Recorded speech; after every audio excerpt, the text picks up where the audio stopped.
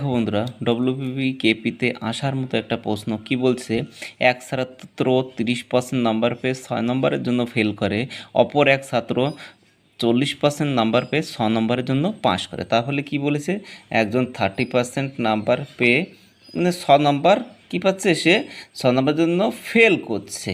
আর একজন কত, আর একজন হচ্ছে 40% নাম্বার পেয়ে 6 নম্বরের জন্য সে পাস করছে। তাহলে নিচেরটা তীর চিহ্ন দেওয়া মানে আছে ফেল করা, এটা আছে পাস করা।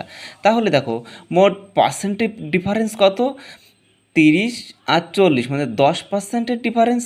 আর এদের নাম্বার একবার ফেল করছে আর পাস করছে, তার মানে কি 6 6 12 হবে। এটা কি হবে, ফেল আর পাস হলে যোগ হবে, ফেল ফেল থাকলে বিয়োগ হতো, পাস পাস থাকলেও বিয়োগ হতো।